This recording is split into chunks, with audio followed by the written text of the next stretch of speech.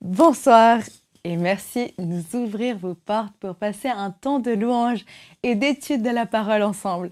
On s'installe confortablement parce que Bon ça va chez vous commence maintenant.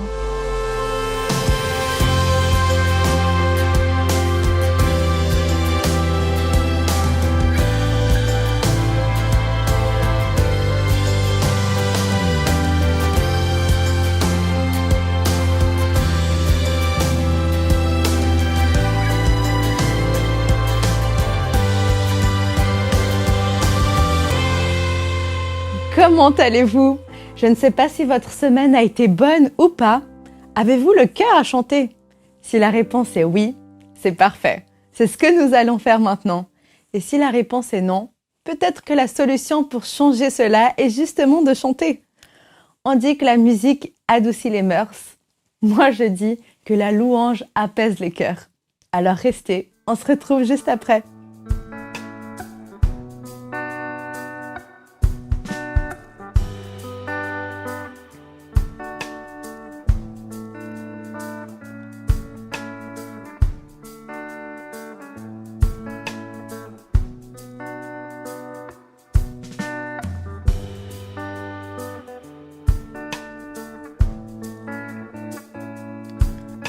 Je sais, tu es le seul à m'écouter.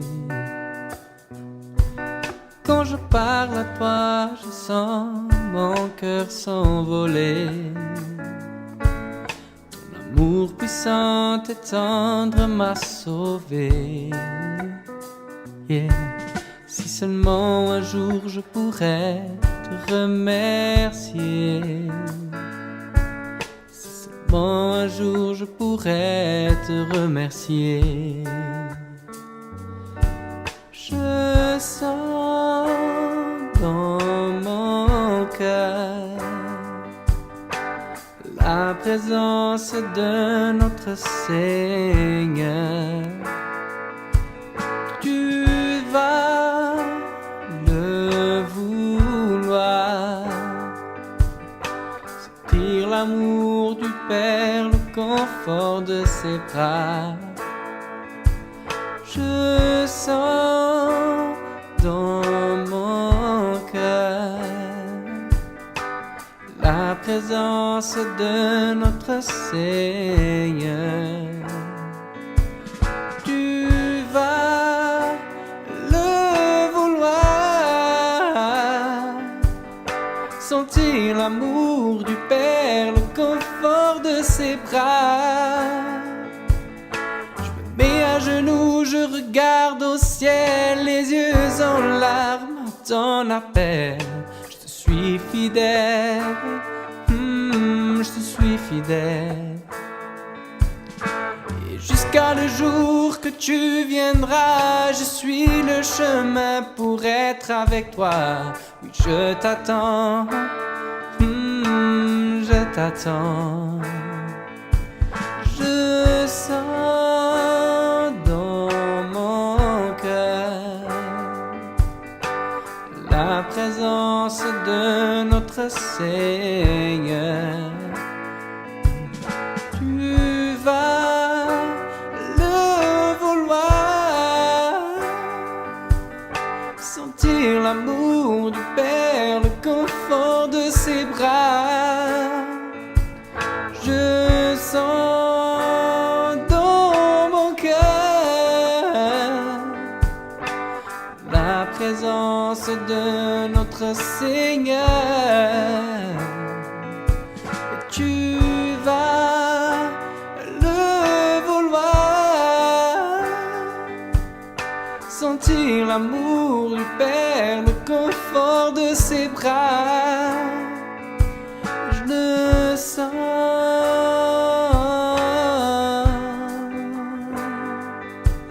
Je sens.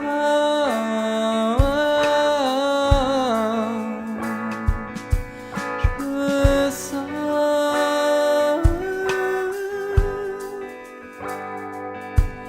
Je sens.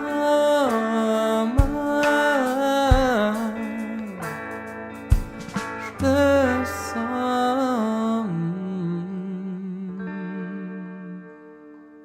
La Bible regorge de récits miraculeux, plus ou moins extraordinaires. De l'Ancien au Nouveau Testament, multitudes de personnes ont pu bénéficier de la puissance de Dieu.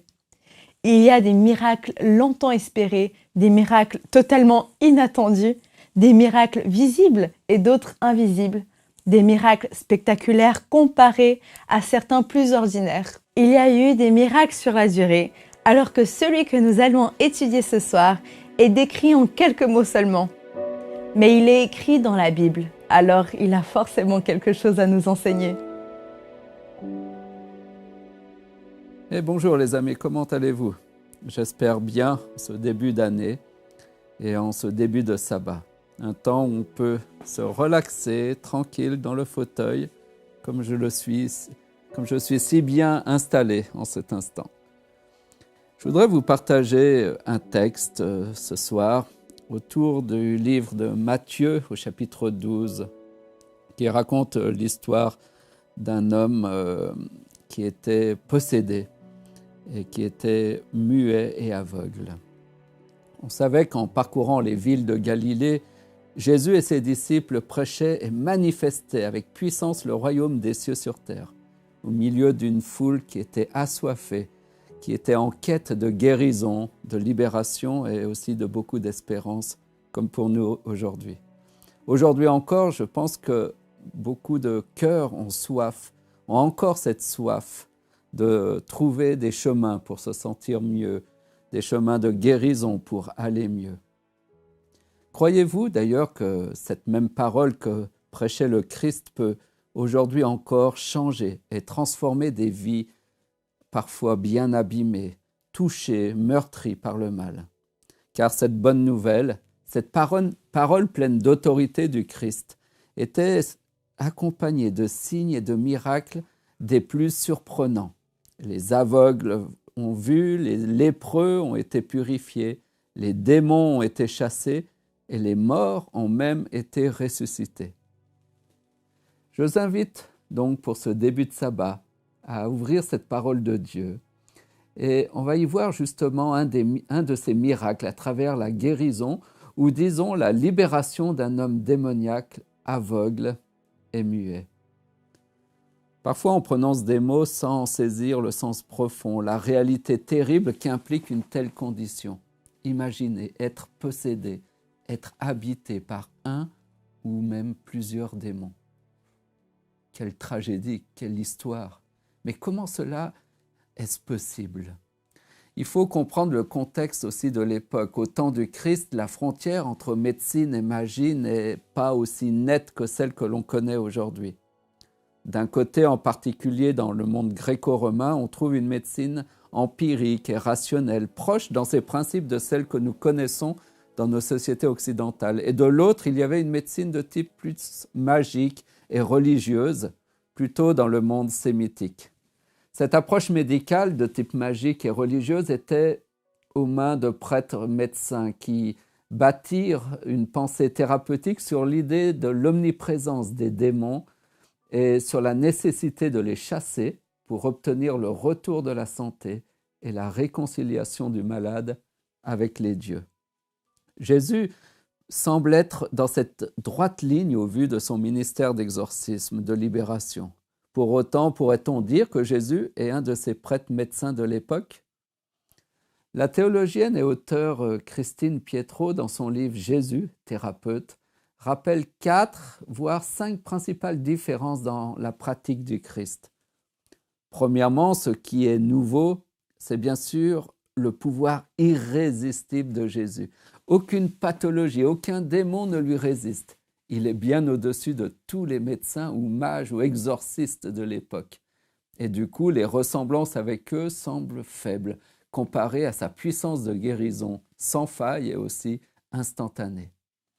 Deuxièmement, Jésus agit par sa propre autorité et par sa propre parole, sans invoquer un Dieu qu'il devrait supplier pour être exaucé, sans invoquer un autre Dieu que celui du Dieu d'Israël, qui, dit-il, l'exauce toujours. Ce qui diffère également grandement et ne saurait être négligé, c'est le refus du système systématique péché, punition, miracle, tel que se le représentait le monde juif et babylonien de l'époque.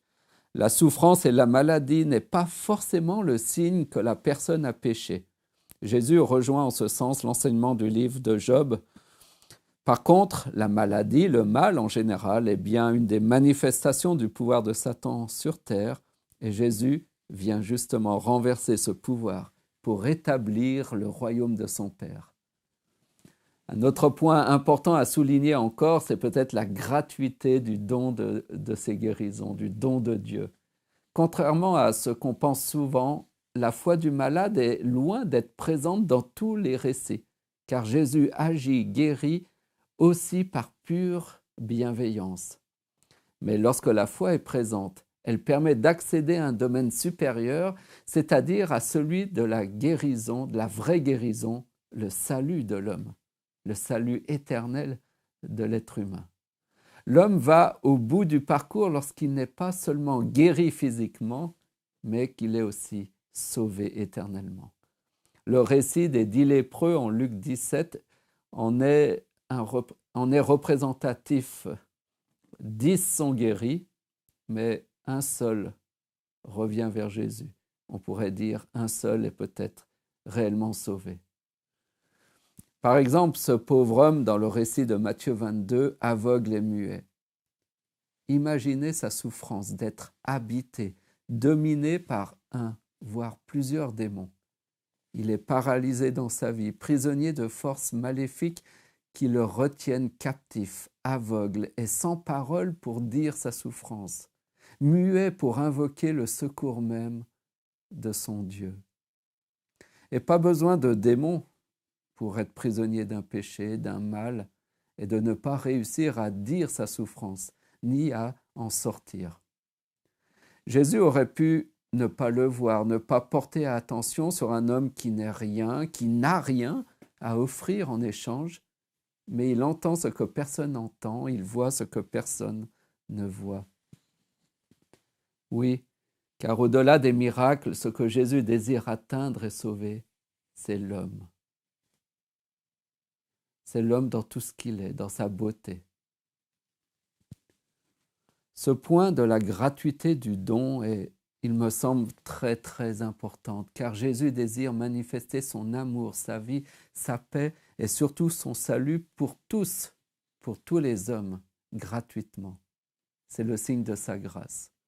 Dans tous ces récits de miracles, la tentation pourrait être d'y voir surtout le signifié, c'est-à-dire la guérison physique, la libération du démon, c'est-à-dire la récompense immédiate qui me profite tout de suite. Mais le but ultime, le signifiant, c'est bien du salut qu'il existe. Car tôt ou tard, Dieu ne vous guérira pas d'une maladie. Tôt ou tard, à l'image de Lazare qui est ressuscité, il finira tout de même par mourir et le Seigneur ne le sauvera pas une seconde fois de cette mort. Tous ces signes du Christ guérisseur et libérateur sont là pour exprimer une réalité profonde, la manifestation du Messie, du Fils de Dieu et du royaume éternel de Dieu au milieu des hommes. Et à l'image des chefs religieux au temple, la question qui se pose au final face à ces miracles est celle-ci.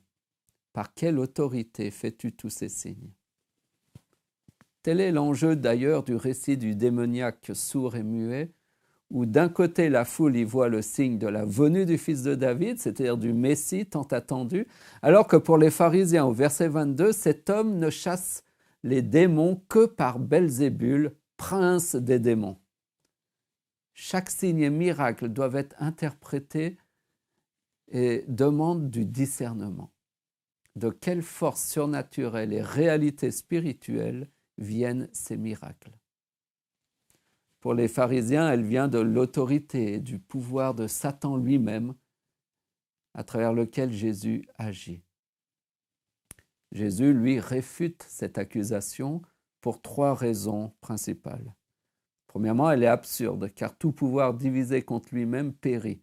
Satan serait donc proche de sa fin. Si Satan chasse Satan, son royaume ne saurait subsister. Mais Jésus annonce au contraire avoir lié l'homme fort qui est Satan. Et c'est cette victoire et ce pouvoir qui lui permet de délivrer les captifs du mal. Elle est injuste aussi, puisqu'il ne conteste pas l'origine divine pour les exorcismes de leurs propres disciples juifs, et n'aurait pas d'ailleurs songé que ça pourrait venir des démons. Mais pour le Christ, là oui, alors que Jésus faisait des délivrances beaucoup plus remarquables que leurs fils, que leurs disciples, et ne les faisait sans opérer de magie, mais par une simple parole pleine d'autorité et de puissance, les Juifs ne croient pas en Jésus-Christ. Enfin, les chefs religieux, certains chefs religieux.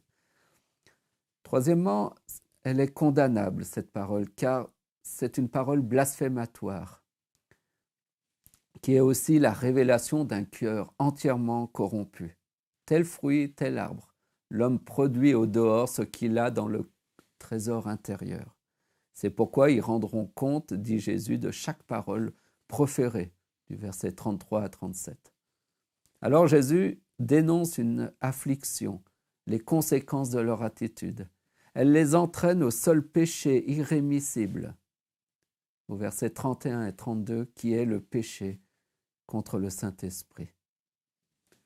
En attribuant aux démons des œuvres évidemment accomplies par l'Esprit de Dieu, ils prêchaient contre leurs propres convictions et contre une manifestation divine plus directe que la simple présence du Christ Jésus. Pécher contre le Fils de l'homme est pardonnable, dit Jésus, car l'homme, selon sa connaissance, peut ne pas comprendre qui est Jésus, son origine, sa mission ou sa destinée.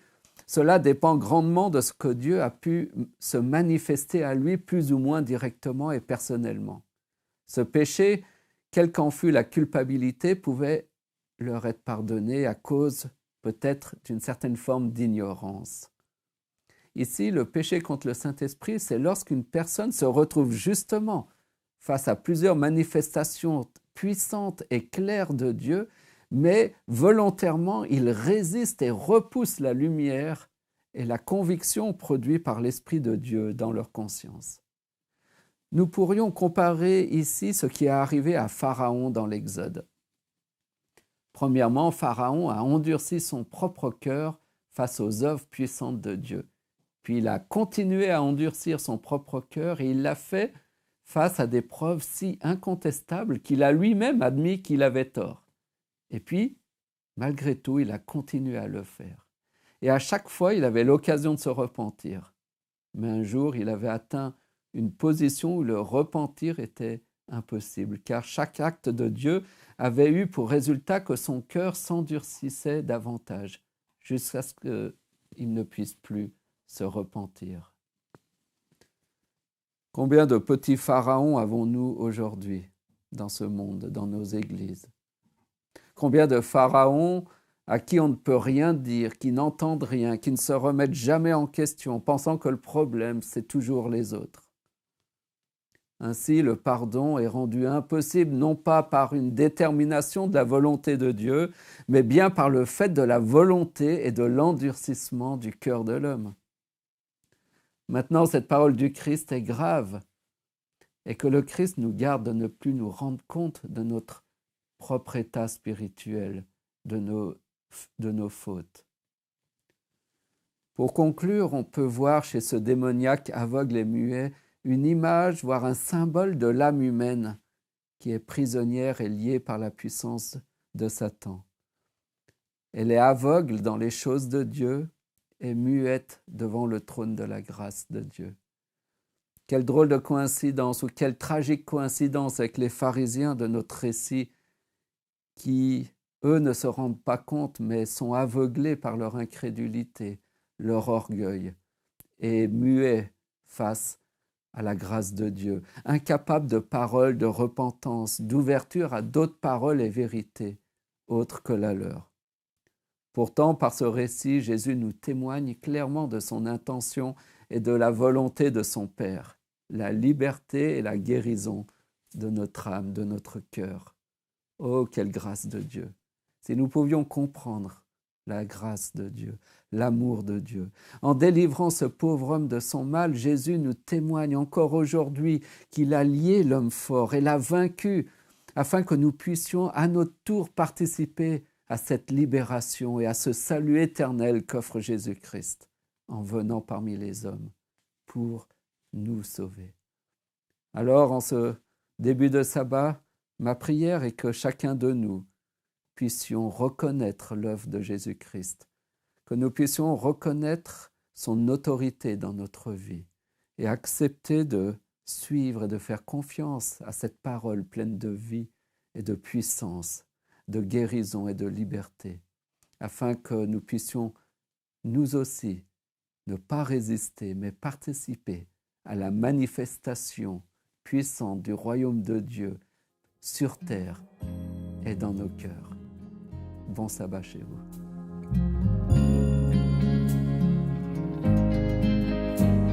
Ce son est pour ceux qui recherchent Dieu. Lorsque tu transpires la douleur, la TLS clame. Quand tu aspires à la douceur, Ben Rabbi proclame un Dieu qui entend les cris, même en silence. Écoute en cœur et remplis ton cœur.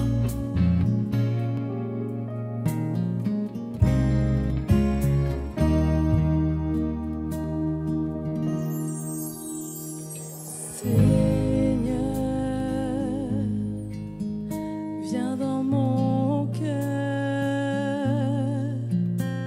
en ce moment. J'ai besoin de toi, car ta présence me donne la paix. Viens Seigneur et remplis-moi.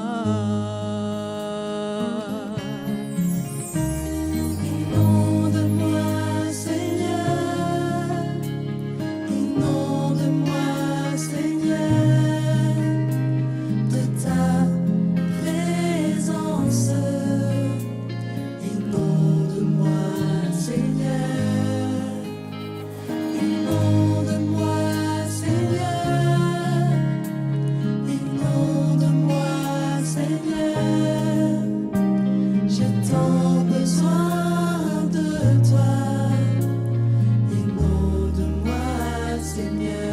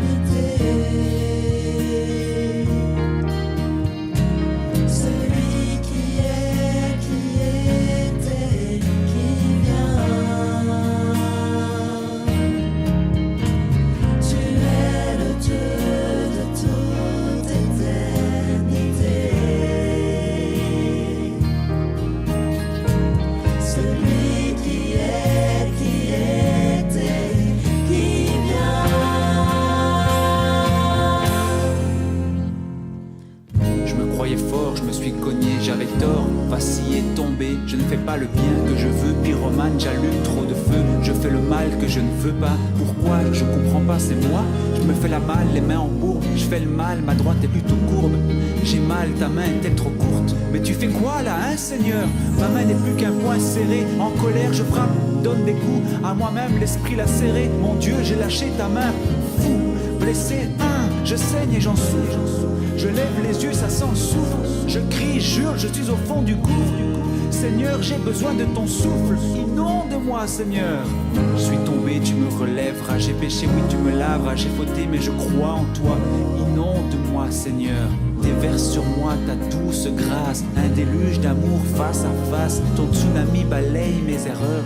J'ai tant besoin de toi, Seigneur. Besoin d'un mieux, reconnexion. Éteins le feu, résurrection. Le temps d'un vœu, transformation. Maintenant je te prie à chaque heure.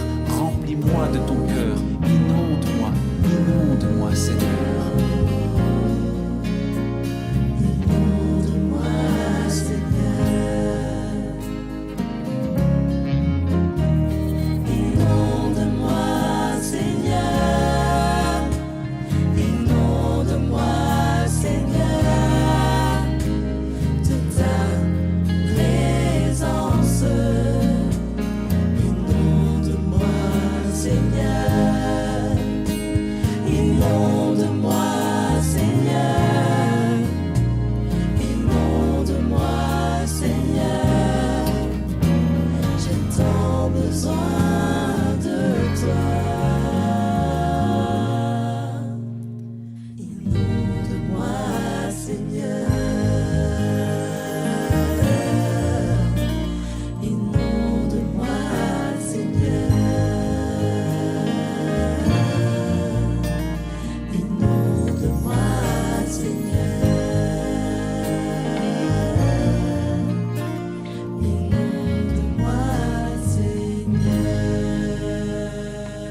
Inonde-moi, Seigneur.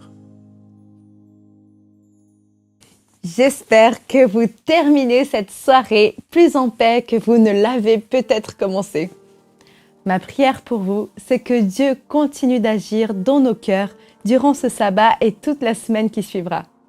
Retrouvez-nous vendredi prochain à 19h sur notre chaîne YouTube Espoir Média. Notre invitée du jour sera Esther Laurent.